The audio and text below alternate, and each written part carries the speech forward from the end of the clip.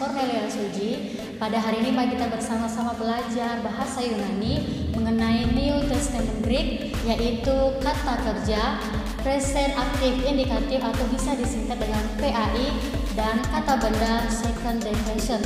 Namun, sebelum kita masuk ke dalam pembahasan kita pada hari ini, saya akan menjelaskan mengenai apa sih fungsi atau kegunaan kita membahas atau mempelajari materi ini, yaitu untuk membantu kita dalam menerjemahkan kalimat atau kata dari bahasa Yunani ke bentuk yang lebih sederhana lagi. Berikut penjelasannya. Baiklah, pada hari ini kita akan membahas materi yang pertama, yaitu mengenai kata kerja atau present active indikatif part 1. Pertama, kita akan membahas mengenai tenses. Tenses merupakan elemen kata kerja verba yang menunjukkan hubungannya dengan kegiatan. Di dalam tenses terdapat dua unsur. Yang pertama ada time of action dan yang kedua ada kind of action. Time of action ini ada past, present, dan future. Kemudian di kind of action ini ada progressive, understated, dan perfected action. Nah, time of action ini merupakan suatu waktu yang membicarakan tentang past masa lampau, present masa sekarang ini, dan future masa yang akan datang. Kemudian di dalam kind of action ini merupakan progressive yang dimana merupakan suatu tindakan yang berkelanjutan. Kemudian ada understated yang adalah suatu tindakan yang tidak terdefinisi atau tidak terspesifikasi. Dan perfected action merupakan suatu tindakan aksi yang sudah selesai walaupun masih bisa dirasakan dampaknya. Nah, selanjutnya ada voice. Voice ini merupakan elemen kata kerja atau verba yang menunjukkan hubungan subjek dengan kegiatan. Di dalam voice ini terdapat tiga hal. Yang pertama ada aktif yang merupakan subjek melakukan kegiatan. Kemudian yang kedua ada pasif yang merupakan subjek dikenai kegiatan. Dan yang ketiga ada middle yang merupakan subjek melakukan kegiatan untuk diri sendiri. Kemudian ada mood. Nah, mood ini merupakan elemen verba yang menunjukkan hubungan kegiatan dengan realita.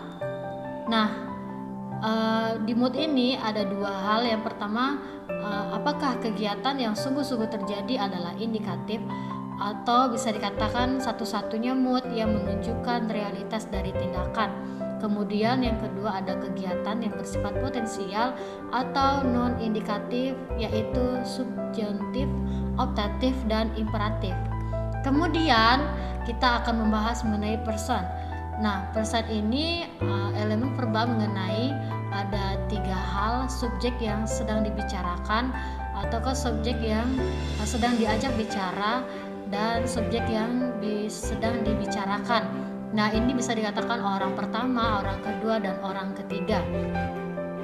Selanjutnya kita akan masuki number. Nah, number ini merupakan elemen verba yang menunjukkan apakah subjek tunggal atau singular atau jamak plural. Nah, di dalam singular ini atau tunggal ini terdapat kata you, he, she, it, dan juga I. Nah, sedangkan di jamak ada plural yang terdapat you, plural, we, dan they. Selanjutnya kita akan membahas mengenai fungsi PAI atau present active indikatif, di mana di dalam fungsi ini terdapat present, aktif, dan indikatif. Fungsi present yaitu menunjukkan kegiatan yang sedang berlangsung atau linear action. Kemudian ada aktif yang fungsinya menunjukkan subjek yang melakukan kegiatan. Kemudian indikatif berfungsi menunjukkan realitas sebuah kegiatan. Selanjutnya kita akan membahas mengenai rumusan present aktif indikatif, ya, di mana terdapat dua hal, yaitu singular dan plural. Nah, singular ini di dalamnya terdapat akhiran dan plural juga terdapat akhiran, yang dimana di dalam singular ini ada o, ais dan egg. Sedangkan di plural akhirannya ada omen, ete, ausi atau ausin. Nah, saya ingin mengatakan bahwa present active indikatif ini karakteristiknya di akhiran bisa dilihat oleh teman-teman semua. Nah, di sini ada o, singular orang yang pertama. Namun sebelumnya kita lihat ada huruf atau number di angka 1, 2, dan 3 itu menunjukkan orang pertama, orang kedua, dan orang ketiga. Begitupun dengan plural. Nah, di sini o singular orang pertama, kemudian ada akhiran ais singular orang kedua, dan akhiran a singular orang ketiga. Begitupun di plural akhiran omen plural orang pertama, kemudian ete plural orang kedua, dan ausi atau ausin plural orang ketiga. Nah, selanjutnya kita akan membahas kata kerjanya, yang dimana di singular menggunakan luo yang terjemahannya I am losing. Nah, mengapa di sini menggunakan present continuous? Karena masih dalam bentuk dasar agar mudah dimengerti atau dipahami. Nah, kemudian di orang yang kedua penambahan kata akhiran ais, terjemahannya atau transliterasinya itu adalah you are losing. Kemudian yang orang yang ketiga lue, terjemahannya he, she, it is losing. Begitu juga dengan plural, akhirannya omen atau luomen, terjemahannya itu we are losing. Kemudian orang yang kedua di plural ete, akhirannya luete, baca ejaannya, terjemahannya ialah you, yang termasuk plural are losing. Kemudian di akhiran ausi atau ausin atau bisa dikatakan luosin, terjemahannya adalah they are losing. Nah, di sini setiap akhiran memiliki di setiap contoh satu kata kerja bisa dibentuk 6 variasi dari akhirannya. Dari satu kata kerja ini bisa berubah akhirannya, dan masing-masing akhirannya punya definisi yang berbeda-beda atau makna yang bermacam-macam. Nah, selanjutnya kita akan melihat parsing atau cara untuk memparsingkannya. Di sini menggunakan kata kerjanya lues, ada tensesnya present, voice-nya aktif, mood-nya indikatif, person-nya orang kedua, number-nya singular.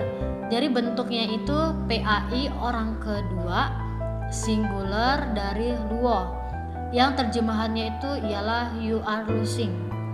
Ini menggunakan orang kedua, yaitu ace. Kemudian yang selanjutnya kata kerjanya ada luosin, di mana tensesnya ini ada present, voice-nya aktif, mood-nya indikatif, person-nya orang ketiga, number-nya plural, di mana bentuknya itu ada PAI orang ketiga, singular dari luo, yang di mana terjemahannya itu ada they are losing. Selanjutnya kita akan melihat contoh dari satu ayat yang terdapat dalam Lukas pasal yang ke-18 ayat yang ke-17. Di sini ada kata amen, lego, umin, yang dimana di sini ada I tell you dan I am telling you. Di sini lego diparsingkan menjadi PAI orang yang pertama, singular dari lego. Mengapa dikatakan orang pertama? Karena akhirannya adalah o. Nah, lego ini bisa artinya tell, bisa juga artinya say atau speak. Baiklah, kita akan membahas materi yang kedua mengenai kata kerja present aktif indikatif part 2. Di sini ada ciri verba dari kosakata Yang pertama ada pino yang artinya I drink, kemudian ada sozo yang artinya I save, kemudian ada upago yang artinya I go away, kemudian ada egeiro yang artinya I rise up, kemudian ada estio yang artinya I eat, kemudian ada eurisco yang artinya I find, and terapewo yang artinya I heal, dimana di sini kosakatanya akhirannya adalah o atau orang pertama. Kemudian di sini ada present active indikatif yang seperti yang sudah dijelaskan di present active indikatif part 1. Di sini ada orang pertama o singular, is orang singular orang kedua, kemudian ada a singular orang ketiga. Di pluralnya ada omen plural orang pertama, kemudian ada et plural orang kedua, ausi atau ausin plural orang ketiga. Nah, di sini kita akan melihat di orang pertama yaitu o. Nah, di sini ada kata kerja pino yang akhirannya adalah orang pertama o. Di sini ada pino singular yang artinya I am drinking. Kemudian ada eis atau pineis yaitu you are drinking. Kemudian orang yang ketiga yaitu ei atau pinei yaitu artinya he atau she atau it is drinking. Kemudian di plural di sini ada akhiran omen, kata kerjanya itu pinomen yang artinya we are drinking. Kemudian di plural orang kedua yang akhirannya ete atau kata kerjanya itu pinete, artinya itu adalah you plural are drinking. Kemudian di kata kerja pinousin orang ketiga artinya yaitu they are drinking. Nah, di sini setiap akhiran memiliki yang berbeda-beda macam-macamnya dan atau pengertiannya. Kemudian di parsing pino, parsing kata kerja pino di sini di singular, bentuk parsingnya itu PAI orang pertama singular, kemudian di eis PAI orang kedua singular, kemudian di singular orang yang ketiga ei bentuk parsingnya itu ialah PAI orang ketiga singular. Di plural orang pertamanya itu omen, bentuk parsingnya PAI orang pertama plural, kemudian orang ketiganya itu PAI orang ketiga plural, dan parsing yang ketiga bentuknya PAI orang ketiga plural. Baiklah, di sini kita akan masuk ke dalam kesimpulan dari present active indikatif atau PAI. Yang pertama, kita harus mengetahui bahwa akhiran berhubungan dengan person dan number. Kemudian di kesimpulan yang kedua, akhiran pertama tunggal adalah kata kamus. Kemudian yang ketiga, hasil parsing tergantung person atau dan numbernya. Kemudian yang keempat, kunci dari terjemahan tergantung pada parsingnya. Kemudian yang kelima, jika parsing dilakukan dengan baik, maka akan menghasilkan terjemahan yang baik juga. Kemudian kesimpulan yang terakhir yaitu adalah harus menguasai prinsip parsing, dan itu dapat membantu kita untuk menerjemahkan dari bahasa Yunani ke bahasa yang lebih sederhana lagi. Teman-teman, tadi kita sudah membahas materi mengenai kata kerja present active indicative atau PAI. Sekarang kita akan beralih ke materi yang selanjutnya, yaitu membahas mengenai kata benda atau second declension. Mari kita simak. Baiklah, kita akan membahas materi yang selanjutnya, yaitu mengenai noun second declension atau bisa dikatakan dengan kata benda. Di sini kita akan membahas mengenai second declension. Setiap kata benda atau nouns di dalam bahasa Yunani Koine terdiri atas, di mana yang pertama ada case yang merupakan fungsi kata benda dalam hubungannya dengan kata-kata dalam kalimat. Yang kedua ada gender yang merupakan kata benda terdiri atas 3 jenis, yaitu maskulin, feminin, dan neuter. Yang ketiga ada number yang merupakan kualitas kata benda yang menunjukkan apakah ia tunggal, singular, atau jamak, plural. Selanjutnya, introduction-nya, kata benda atau nouns bahasa Yunani Koine terdiri atas 3 kategori yang disebut deklensi. Deklensi dikelompokkan berdasar akhirannya, yang dimana deklensi 2 dipelajari lebih dahulu karena yang paling mudah, yang kemudian deklensi 2 ini terdiri atas 2 gender yaitu maskulin dan neuter. Berikut memiliki tabel second declension endings maskulin. Di dalam tabel ini terdapat case, singular, plural, translation, dan fungsi dasar. Di dalam case ini terdapat nominatif, genitif, ablatif, datif, lokatif, instrumental, akusatif, dan vokatif. Nah, di sini di dalam case nominatif, di dalam singular akhirannya ada os dan plural akhirannya ada oi. Translationnya atau the, fungsi dasarnya subjek. Nah, di sini saya akan membahas terlebih dahulu mengenai penggunaan atau the. Di mana penggunaan atau the tergantung dari keberadaan artikelnya, yang dimana mengikuti nomina. Jika terdapat artikel, maka umumnya digunakan the.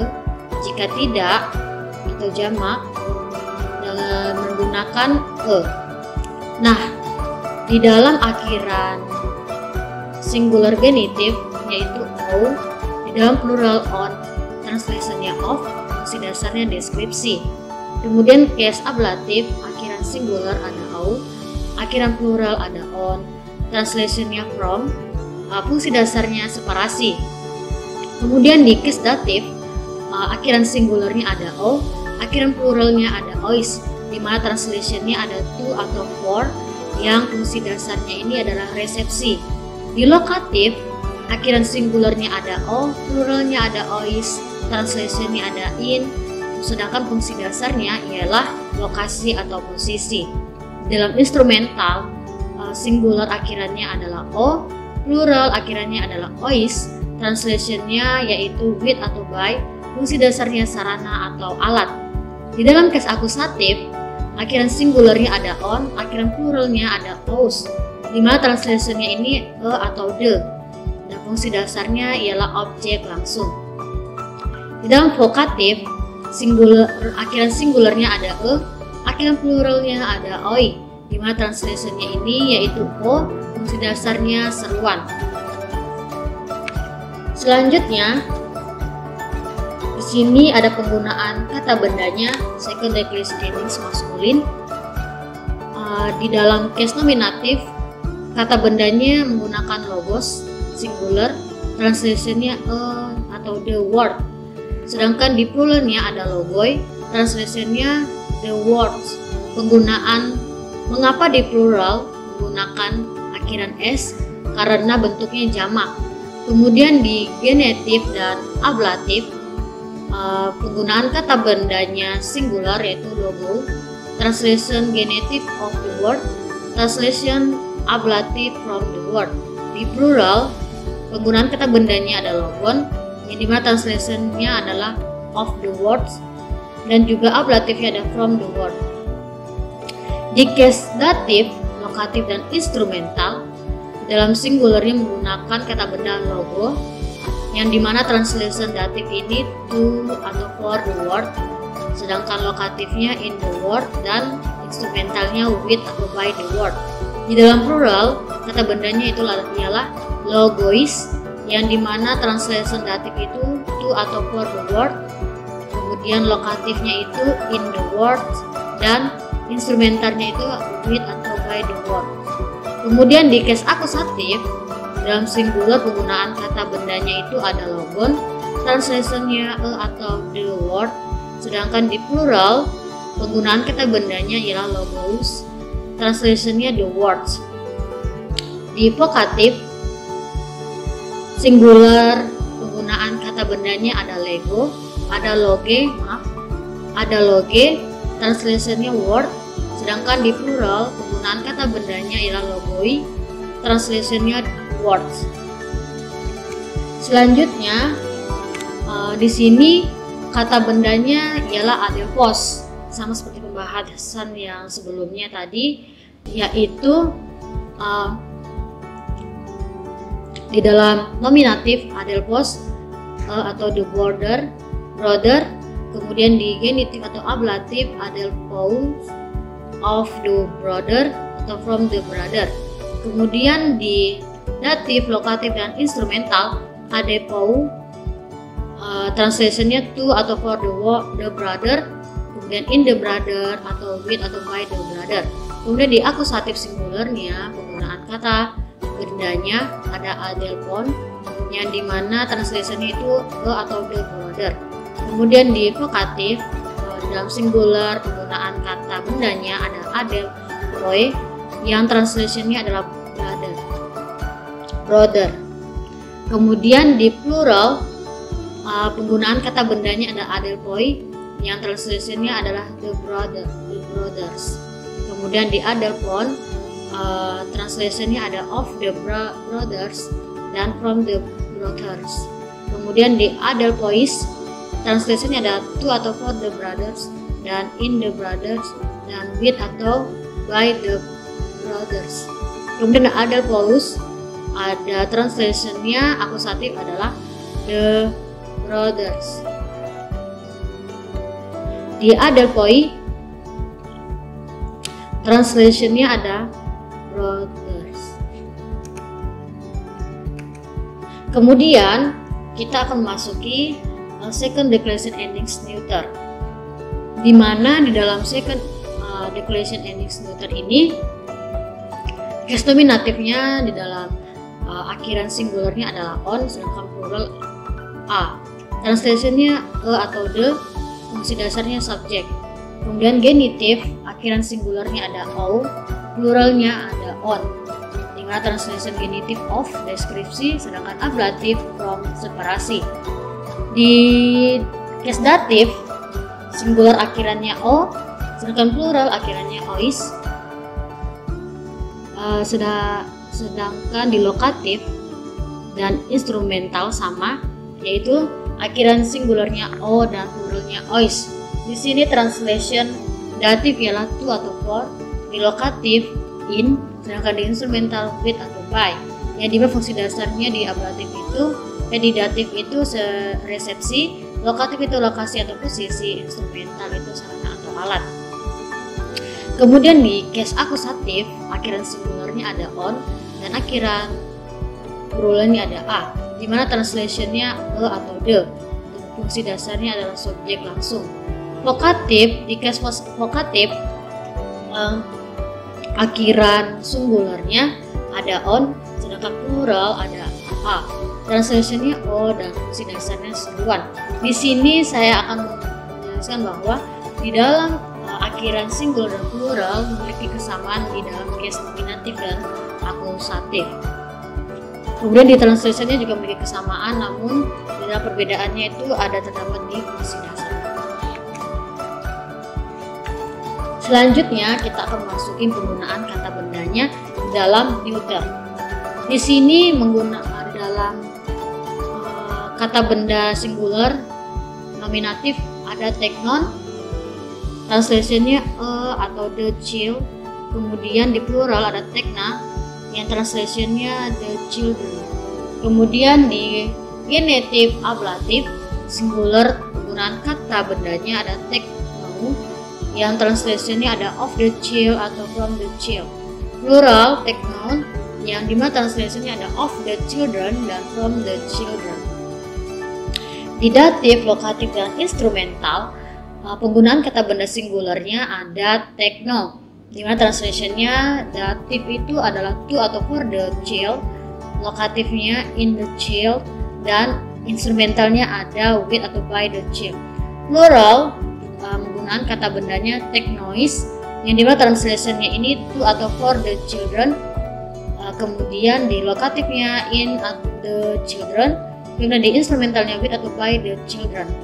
Di dalam case akusatif kata benda singularnya adalah teknon, di mana translationnya adalah atau the child, di mana pluralnya adalah tekna, yaitu translationnya the children.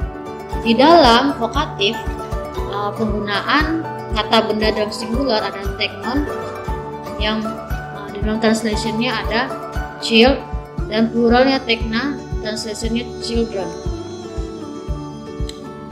Berikut penggunaan kata bendanya yang sama seperti pembahasan di atas yang sebelumnya, yaitu di dalam penggunaan kata bendanya yaitu ada dopon, doron, ada doron dalam nominatif, translationnya atau the gift, plural, dora, translationnya the gifts. Kemudian di genetif atau ablatif, penggunaan kata bendanya ada dorou, dan translationnya of the gift atau from the gift. Plural, penggunaan kata bendanya ada doron, yang translationnya adalah of the gift, from the gift. Di datif, lokatif, dan instrumental, penggunaan kata benda singularnya ada doro. Translationnya ada to atau for the gift, kemudian ada in the gift dan with atau by the gift. Di plural, penggunaan kata bendanya ada dorois, yang translationnya datif itu to atau for the gift, lokatif in the gift, dan instrumental with atau by the gift. Di case akusatif, penggunaan kata benda di dalam singular ada doron, translationnya ada atau the gift, pluralnya ada dora, translationnya the gifts. Kemudian di vokatif, penggunaan kata bendanya ada doron, kemudian translationnya ada gift, pluralnya ada dora, translationnya adalah gift.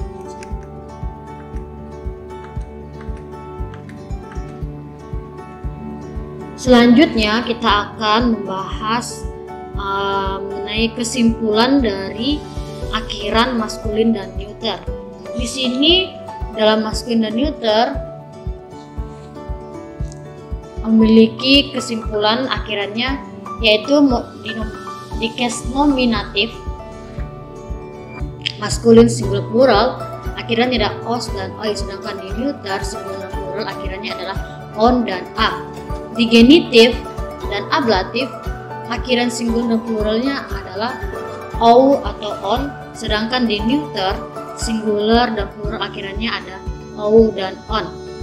Kemudian di datif, lokatif, dan instrumental akhiran maskulin singular pluralnya ada o dan ois, sedangkan di neuter akhiran singular dan pluralnya ada o atau ois. Di akusatif akhiran maskulin singular dan plural ada on dan ois, ous, sedangkan di neuter akhiran singular dan plural ada on dan a. Di case vokatif akhiran maskulin singular plural ada e dan plural ada oi, sedangkan di neuter ada on dan a. Berikut merupakan tabel artikel singular plural maskulin neuter, yang di sini ada nominatif di dalam singular maskulin yaitu adalah ho, kemudian di singular neuternya tu, sedangkan di plural maskulinnya oi, neuternya ta. Di genitif ablatif singular maskulinnya ada tou, neuternya tau, sedangkan di plural maskulin ton. Di neuter maskulin, di neuter ada ton. Datif, lokatif, dan instrumental dalam singular maskulin yaitu to, di neuter yaitu to. Di plural maskulin yaitu tois, di neuter tois. Di akusatif maskulin singular maskulin ada ton, sedangkan neuter tu. Di plural maskulin ada tous, di neuter ada ta. Bahasa Yunani Koine tidak mengenal infinitive artikel Karena itu ketika ada artikel yang muncul dalam teks umumnya dipilih the. Untuk menerjemahkan artikel ke bahasa Yunani Koina, ketika suatu nomina tidak terdapat artikel, maka dalam penerjemahannya ke dalam bahasa Inggris digunakan atau an. Selanjutnya kita akan membahas contoh parsing nomina menggunakan kata benda logon. Di sini case-nya ada akusatif, gendernya maskulin, numbernya singular, di mana bentuk parsingnya ada nouns akusatif maskulin singular, yang artinya adalah the word. Kemudian contoh parsing nomina yang kedua, yaitu ada menggunakan kata benda techno, yang dimana case-nya itu ada genitif, gendernya neuter, numbernya singular. Bentuk parsingnya ada nouns, genitif, neuter, singular, yang artinya ada of the child. Bisa juga di dalam techno ini menggunakan case-nya ablatif, gendernya neuter, numbernya singular, bentuk parsingnya ada nouns, ablatif, neuter, singular, yang dimana artinya ada from the child. Di dalam parsing kalimat di sini yaitu blepo oti, ada pos grape. Di blepo bentuk parsingnya ada verb PAI, orang pertama singular dari blepo. Kemudian oti-nya ada conjunction. Di adel posnya ada nouns nominatif maskulin singular. Di grape-nya ada verb PAI, orang ketiga singular dari grapo, yang dimana artinya ini adalah I see that brother is breathing.